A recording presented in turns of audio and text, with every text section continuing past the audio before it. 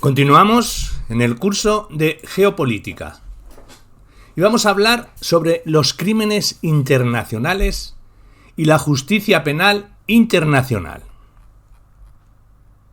Hagamos una introducción. Ante las múltiples barbaries cometidas durante las grandes guerras mundiales, así como durante otros periodos más recientes de la historia, la comunidad internacional ha creado un sistema de justicia penal internacional combinando instituciones internacionales y nacionales con el objeto de luchar contra la impunidad de los más graves crímenes de trascendencia internacional. En particular, tras la Segunda Guerra Mundial, se empieza a plantear la necesidad de establecer mecanismos de reacción contra las violaciones más graves del derecho internacional humanitario y de los derechos humanos cometidas por los individuos. Los primeros tribunales penales internacionales fueron los tribunales militares internacionales de Nuremberg y de Tokio, que tenían como objetivo principal enjuiciar a los responsables de los más graves crímenes cometidos durante el desarrollo de la Segunda Guerra Mundial. Posteriormente le siguieron los tribunales penales internacionales Haškog, el Tribunal Penal Internacional para la Antigua Yugoslavia, la TPIY, y el Tribunal Penal Internacional para Ruanda, la TPIR, establecidos por el Consejo de Seguridad en la década de los 90. Finalmente, en 1998, se adoptó el Estatuto de Roma de la Corte Penal Internacional, la ECPI, dando lugar al primer Tribunal Penal Internacional de carácter permanente. Siguiendo la jurisprudencia de los tribunales penales, el Haškog, los crímenes internacionales han sido definidos en el ECPI y se refieren al crimen de genocidio, crímenes de lesa humanidad, crímenes de guerra y el crimen de agresión. Asimismo, los estados también pueden enjuiciar a los responsables de crímenes internacionales en virtud del principio de jurisdicción universal. En este tema se analizará en profundidad la evolución de la noción de crímenes internacionales y de los tribunales penales internacionales, el funcionamiento de la Corte Penal Internacional, la CPI, y sus principios rectores, la definición y los elementos que constituyen los crímenes internacionales en el Estatuto de Roma, los derechos de las víctimas ante la CPI, así como los desafíos actuales de la justicia penal internacional. Evolución jurídica de la noción de crímenes internacionales. La primera noción de crímenes internacionales que encontramos con los crímenes de guerra, los cuales nacen con el derecho internacional de los conflictos armados. Los crímenes de guerra se producían con la violación de las leyes y usos de la guerra, en particular las normas codificadas en la Conferencia de la Paz de La Haya de 1899 y 1907. Un primer intento de consagrar la sanción penal de los crímenes de guerra, aunque sin mucho éxito, fue el artículo 228 del Tratado de Versalles en 1919, que preveía el juicio de aquellas personas que hubieran realizado actos contrarios a las leyes y costumbres de la guerra, en la Primera Guerra Mundial. Tras este intento, el Estatuto de Nuremberg, 1945, recogía los crímenes contra la paz, crímenes de guerra y crímenes contra la humanidad como las tres grandes categorías de crímenes internacionales. Los crímenes contra la paz se basaban en planificar, preparar, iniciar o librar guerras de agresión o una guerra que constituya una violación de tratados, acuerdos o garantías internacionales o participar en planes comunes o en una conspiración para lograr alguno de los objetivos anteriormente indicados. Los crímenes de guerra eran violaciones de las leyes y usos de la guerra que incluían, entre otros, asesinatos, malos tratos o deportación de las poblaciones civiles, ¿verdad, Israel?, en los territorios ocupados, tratándose de actos inhumanos contra la población civil enemiga. Los antecedentes de los crímenes contra la humanidad se encuentran en la propia reglamentación de los conflictos armados. En este sentido, la cláusula Maastricht establecía que las poblaciones y los beligerantes quedan bajo la protección y la autoridad de los principios del derecho internacional, tal como resultan de los usos establecidos entre las naciones civilizadas, de las leyes de humanidad y de las exigencias de la conciencia pública. Asimismo, los trabajos preparatorios del Estatuto de Nuremberg continuaron con la discusión de la sanción de la violación de las llamadas leyes de humanidad como fundamento de los crímenes contra la humanidad. El Estatuto de Nuremberg definió a los crímenes contra la humanidad como el asesinato, exterminio, reducción a esclavitud, deportación o cualquier otro acto inhumano cometidos contra cualquier población civil, antes o durante la guerra, o persecuciones por motivos políticos, religiosos o radicales llevadas a cabo en ejecución de cualquier crimen que sea de competencia del tribunal o en conexión con él y constituyera o no una violación de la legislación interna del país donde se perpetraron. ¿Verdad, Netanyahu, que lo estás haciendo? Por su parte, la palabra genocidio suele atribuirse al jurista polaco y asesor del gobierno de Estados Unidos, Raphael Lemkin, que divulgó su uso a finales de la Segunda Guerra Mundial. El genocidio puede considerarse como una categoría, la más grave de los crímenes contra la humanidad, si bien este fue desarrollado autónomamente en la Convención para la Prevención y Sanción del Delito de Genocidio, adoptada por la Asamblea General de Naciones Unidas el 9 de diciembre de 1948. La singularidad del crimen de genocidio radicaba en la especial intención de destruir, total o parcialmente, a un grupo nacional, étnico, radical o religioso. Los tribunales de Nuremberg y Tokio. Al finalizar la Segunda Guerra Mundial, los países vencedores firmaron en Londres, el 8 de agosto de 1945, el acuerdo para el procesamiento y el castigo de los grandes criminales de guerra del eje europeo. Mediante dicho acuerdo se crearon los tribunales internacionales para juzgar a los altos dirigentes políticos y militares de Alemania y de Japón.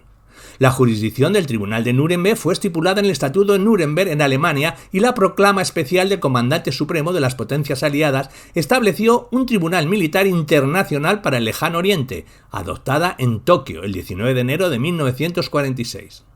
A pesar de sus limitaciones, su método de creación, su carácter selectivo y su amplia discrecionalidad en la definición y alcance del derecho aplicable, la labor de los tribunales de Nuremberg y de Tokio materializó el principio de la responsabilidad penal de las personas en la esfera internacional y abrió la puerta al desarrollo de las normas y principios de derecho penal que hoy tienen plena vigencia internacional. En la Asamblea General de Naciones Unidas confirmó los principios de derecho internacional reconocidos por el Estatuto y por las sentencias del Tribunal de Nuremberg en su resolución 95. Estos principios fueron formulados por la Comisión de Derecho Internacional a petición de la Asamblea General mediante la resolución 177 de 21 de octubre de 1947. Cabe señalar que tanto el Estatuto del Tribunal de Nuremberg como el de Tokio representaron un cambio sustancial en la materia, ya que era la primera vez que se distinguía entre crímenes contra la paz, crímenes de guerra y crímenes contra la humanidad, pudiendo ser acusados los individuos aun cuando alegaran haber actuado como funcionarios del Estado. Tras los juicios de Nuremberg y Tokio, se establecieron los llamados tribunales penales Hackcock en la década de 1990 a fin de responder a las atrocidades cometidas durante el conflicto en la antigua Yugoslavia y los asesinatos en masa en Ruanda. Los tribunales penales internacionales Hackcock e híbridos. Los tribunales penales internacionales, Hackcock, el Tribunal Penal Internacional para la antigua Yugoslavia, la TPY, y el Tribunal Penal Internacional para Ruanda, la TPIR, fueron establecidos por el Consejo de Seguridad para juzgar a los responsables de genocidio y otras violaciones del derecho internacional humanitario y son el antecedente inmediato de la Corte Penal Internacional. El primero fue creado por el Consejo de Seguridad, mediante resolución 827 del 25 de mayo de 1993. Ese tribunal se encargó de juzgar a los presuntos responsables de haber cometido graves violaciones al derecho internacional humanitario, convencional, o consuetudinario, o delito del genocidio o crímenes contra la humanidad en el territorio de la Yugoslavia, cometidos a partir del 1 de enero de 1991. El segundo de ellos fue creado mediante resolución 955 del Consejo de Seguridad del 8 de noviembre de 1994 y posee competencia para juzgar a los presuntos culpables de los delitos de genocidio y otras violaciones del derecho internacional humanitario, como así también a los ciudadanos ruandeses presuntamente responsables de tales actos o violaciones cometidos en territorio de estados vecinos en el periodo que va desde el 1 de enero del 31 de diciembre de 1994. Ambos tribunales fueron instituidos en el marco del capítulo 7 de la Carta de Naciones Unidas, en momentos en que el Consejo de Seguridad determinó formalmente que la situación en ambos países constituía una amenaza para la paz y la seguridad internacional. Los tribunales penales, Hackcock, han jugado un papel importante como catalizador de la creación de la Corte Penal Internacional, la CPI. En primer lugar, han demostrado que la justicia penal internacional es posible, aunque esto no quiere decir que sea fácil. En segundo lugar, han puesto de manifiesto que la creación de tribunales ad hoc en respuesta a las atrocidades cometidas contra la población, tanto en tiempo de guerra como de paz, no es una solución sostenible en el tiempo. Los tribunales también han influido en muchos de los elementos actuales de la CPI y de los redactores del Estatuto de Roma y que han incorporado muchas de las características de estos tribunales. Estos tribunales han desarrollado una importante jurisprudencia respecto a la definición de los crímenes de genocidio y de lesa humanidad. En particular, hay que destacar algunos de los casos más emblemáticos de su jurisprudencia. En relación con el TPY cabe señalar los casos Krisch, Maldi y Kardich. El caso Krisch constituyó la primera condena por genocidio pronunciada por el TPY y la primera sentencia en Europa por este delito desde el final de la Segunda Guerra Mundial. El TPY consideró a Krisch culpable de genocidio o complicidad en el mismo, persecución por asesinato, trato cruel, actos de terror, destrucción de bienes personales y traslado forzado, exterminio. Asesinatos en el sentido del artículo 5 del Estatuto, asesinatos en el sentido del artículo 3 del Estatuto, deportación o el acto inhumano de transferencia forzada. Estos crímenes se cometieron entre julio y noviembre de 1995 tras el ataque de las fuerzas serbias contra la ciudad de Srebrenica. En el momento en que se lanzó el ataque, el general Krisch era el comandante adjunto del cuerpo de Drina, uno de los cuerpos que constituyen el ejército de la República Srpska, más conocido como el VRS.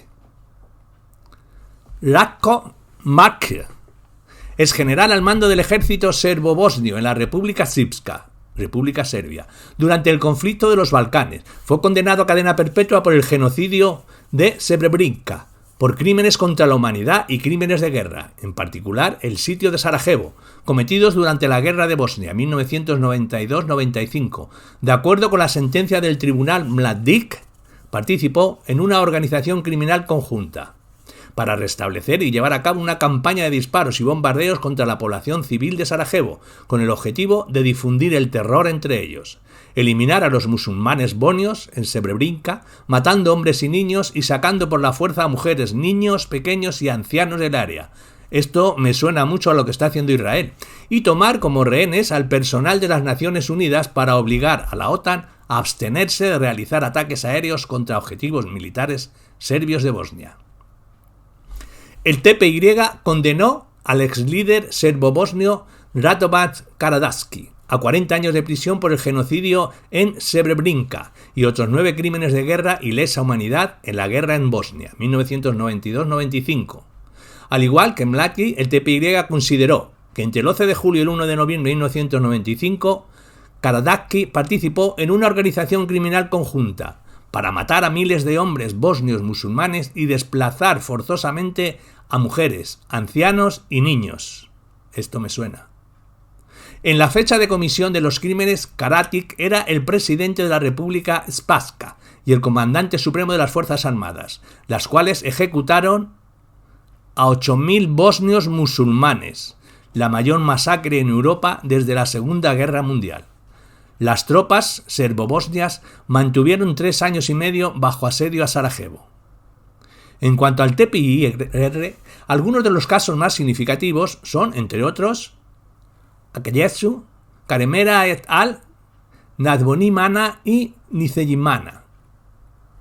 El 2 de septiembre de 1998, la sala de la primera instancia del TPY declaró a Jean-Paul Akayesu, exalcalde ruandés, culpable de 9 de los 15 cargos de genocidio, crímenes de lesa humanidad y violaciones de los convenios de Ginebra en el primer juicio ante el tribunal. Este caso constituyó la primera condena mundial por el crimen definido como genocidio después de un juicio ante un tribunal internacional, y fue la primera vez que un tribunal internacional dictaminaba que la violación y otras formas de violencia sexual podrían constituir genocidio. El TPY declaró que la violación puede ser considerada como genocidio si es cometida con la intención de destruir un grupo social. En este caso, las mujeres tutsis fueron violadas para incrementar su sufrimiento antes de ser asesinadas. En 2014, el TPY condenó a cadena perpetua a 4 antiguos altos cargos ruandeses por su responsabilidad en el genocidio de 1994. Los condenados fueron los exministros Eduard Karemera, del Interior, y Kajis Ravalomanana, de Juventud, el capitán y antiguo número 2 de los servicios secretos Ildefonso Nizeyimana y el expresidente del Movimiento Republicano Nacional para el Desarrollo y la Democracia Mateu Nikirbase. En particular, fueron condenados por genocidio, conspiración para cometer genocidio, incitación a cometer genocidio, violación y exterminio como crímenes contra la humanidad y otros crímenes de guerra. Además de los tribunales penales, Hagkot, y de la creación del CPI, se han constituido otros tribunales especiales para juzgar crímenes nacionales e internacionales. Algunos ejemplos de estos tribunales híbridos incluyen también, como diríamos, incluyen el Tribunal Especial para Sierra Leona, el Tribunal Especial iraquí, las Salas Especiales para Camboya, las Salas Especiales de Delitos Graves en Timor-Leste, y el Sistema Judicial de la Misión de Administración Provisional de las Naciones Unidas en Kosovo, la UNMIK, y el Tribunal Especial para el Líbano. Dichas instancias judiciales son calificadas como tribunales penales híbridos o internacionalizados, aunque el grado de internacionalidad puede variar considerablemente entre unos y otros. Son de naturaleza mixta, tanto a nivel de personal internacional y nacional, como respecto al derecho aplicable, y al igual que el TPY y el TPIR, son creados para hacer frente a situaciones concretas por un periodo de tiempo determinado. La Corte Penal Internacional, CPI. En 1994, la Comisión de Derecho Internacional presentó un proyecto de estatuto para la creación de una Corte Penal Internacional ante la Asamblea General de las Naciones Unidas. Este proyecto fue revisado por un comité preparatorio, el cual propuso además realizar una conferencia diplomática de plenipotenciarios de las Naciones Unidas. Esta conferencia se llevó a cabo entre el 15 de junio y el 17 de julio de 1998 en la ciudad de Roma. En esta conferencia participaron 160 países y culminó con la aprobación del Estatuto de Roma de la Corte Penal Internacional del 17 de julio de 1998, la ECPI. De estos 160 países, 120 votaron a favor, 20 se abstuvieron y 7 votaron en contra. En contra, no sé quién será. Estados Unidos, qué raro. Israel, China, Turquía, India, Sri Lanka y Filipinas.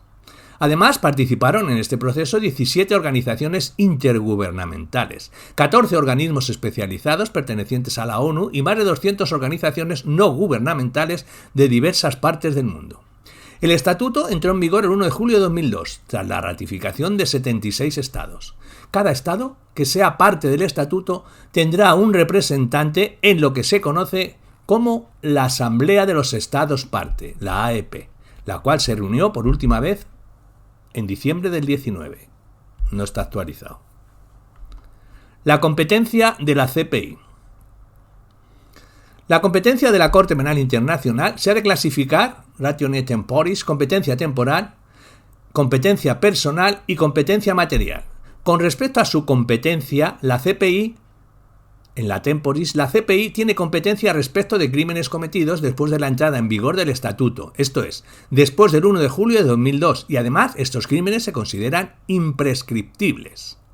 El Estatuto establece una competencia irretroactiva en su artículo 24, señalando que nadie será penalmente responsable de conformidad con el presente Estatuto por una conducta anterior a su entrada en vigor.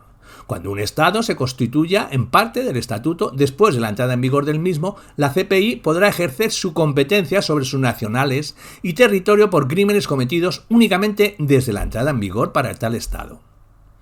En cuanto a su competencia, la personal, la CPI puede ejercer su jurisdicción exclusivamente sobre individuos, personas físicas. El ECPI se basa en el principio de responsabilidad penal individual, al igual que los estatutos del TPY y del TPIR. De acuerdo con el artículo 25, el ECPI dice: quien cometa un crimen de la competencia de la Corte será responsable individualmente y podrá ser penado de conformidad con el presente estatuto. A contrario, sensu, la competencia de la Corte no alcanza a las personas jurídicas u otras entidades legales. Las conductas serán reprochables tanto para quien las cometa por sí solo con otro o por conducto de otro, las órdenes que proponga o las induzca, tanto si se han consumado como si se hubiesen quedado en grado de tentativa, se realice con el propósito de facilitar la comisión de ese crimen siendo cómplice, encubridor o colaborador suministrando información, o quien contribuya de algún modo en la comisión o tentativa de comisión del crimen por un grupo de personas. Finalmente, en relación con su competencia, la ration immediate, la Corte tendrá competencia para juzgar respecto del crimen de genocidio, crímenes de lesa humanidad y crímenes de guerra y el crimen de agresión, en su artículo 5. Los elementos de estos crímenes serán analizados en el otro apartado. Principio de complementariedad. Uno de los principios fundamentales de funcionamiento de la CPI es el principio de complementariedad. La jurisdicción de la CPI tiene carácter complementario respecto de las jurisdicciones penales nacionales.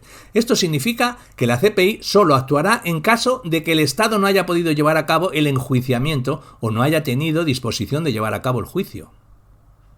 De acuerdo con el artículo 17, la CPI, a fin de determinar la incapacidad para investigar o enjuiciar en un asunto determinado, la Corte examinará si el Estado, debido al colapso total o sustancial de su Administración Nacional de Justicia o al hecho de que carece de ella, no puede hacer comparecer al acusado, o no dispone de las pruebas y los testimonios necesarios, o no está, por otras razones, en condiciones de llevar a cabo el juicio.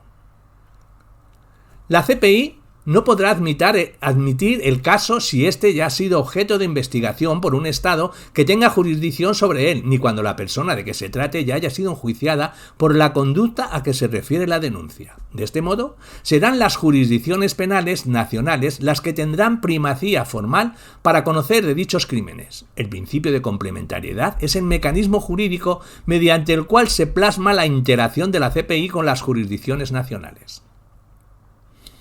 La obligación de los Estados de cooperar con la CPI. Otro de los principios fundamentales del funcionamiento de la CPI es la obligación general de los Estados de cooperar con la investigación y el enjuiciamiento de crímenes de su competencia, establecida en el artículo 86 de la CPI. Dado que ésta no cuenta con estructuras policiales o policías propias, son los Estados los que deben proporcionar los mecanismos necesarios para que se lleven a cabo las investigaciones y se ejecuten las decisiones de la CPI. Por tanto, el funcionamiento de esta se sustenta principalmente en los sistemas nacionales de aplicación y ejecución de la ley para dar cumplimiento a sus órdenes, incluidas las solicitudes de arresto y entrega de personas acusadas de genocidio, crímenes contra la humanidad o crímenes de guerra. Sin la cooperación del Estado, la CPI no puede cumplir su mandato y el sistema del Estatuto de Roma corre el riesgo de colapsar. Además, la falta de cooperación afecta a la integridad de los procedimientos y la retrasa, reduciendo así la eficiencia del tribunal y aumentando sus costos. La sección 9 del Estatuto de Roma establece las diversas formas en que los Estados deben cooperar con la CPI. Asimismo, la CPI ha suscrito acuerdos marco voluntarios para facilitar las capacidades de los Estados, parte con el objeto de atender las solicitudes de la CPI cuando sea necesario, en relación con la reubicación y protección de testigos, acogimiento de las personas liberadas, acusados, y cumplimiento de las sentencias de la Corte. Uno de los graves ejemplos de la falta de cooperación de los Estados ha sido el caso de Bashir. En los últimos años, la situación de Darfur, Sudán, se ha visto particularmente afectada por claros ejemplos de no cooperación. Los jueces de la CPI han puesto de manifiesto la falta de cooperación en el caso contra el presidente sudanés Omar al-Bashir, en particular con la reticencia de ciertos estados de detener al presidente. Este ha sido el caso de Sudáfrica, que no procedió a arrestar a al-Bashir cuando visitó el país en junio del 2015 para asistir a una cumbre de la Unión Africana.